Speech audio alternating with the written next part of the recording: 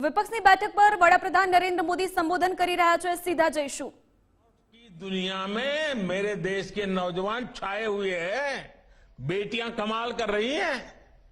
ये युवा शक्ति हमारे देश में पहले भी थी, लेकिन इन परिवारवादी पार्टियों ने कभी देश के सामान्य युवा की शक्ति के साथ न्याय नहीं किया।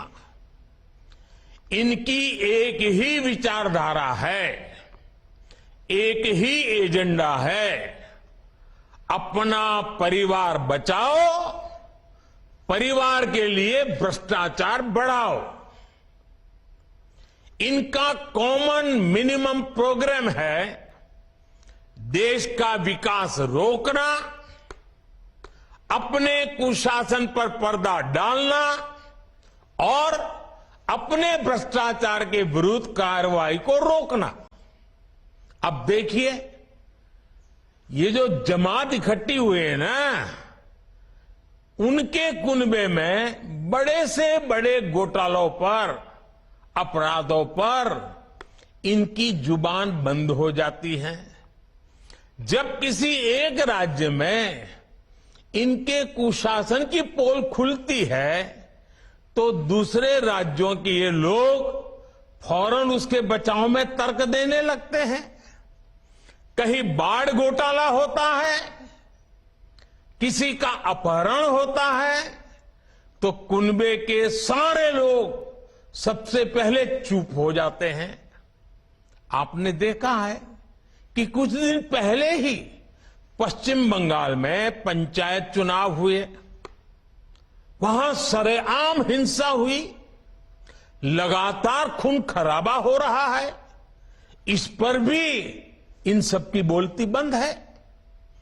कांग्रेस के, लेफ्ट के अपने कार्यकर्ता वहां खुद को बचाने की गुहार लगा रहे हैं, लेकिन कांग्रेस और लेफ्ट के नेताओं ने अपने स्वार्थ में अपने कार्यकर्ताओं को भी मरने के लिए छोड़ दिया है।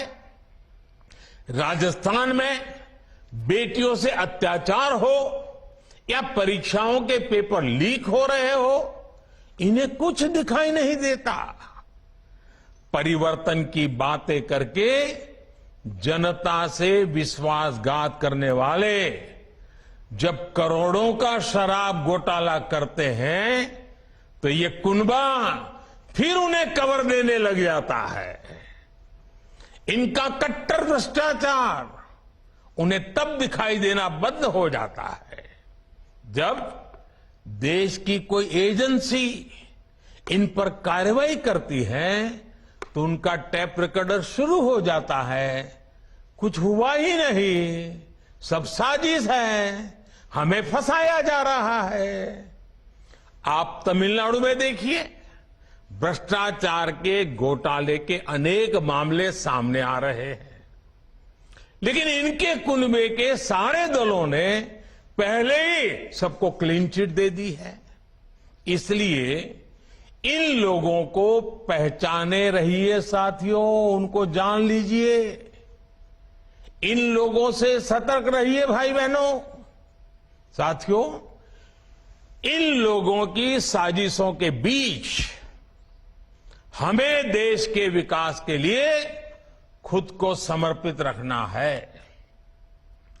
आज दुनिया में अनेक उदाहरण हैं जहां द्वीपों ने और समुद्र किनारे बसे छोटे देशों ने अभूतपूर्व प्रगति की है।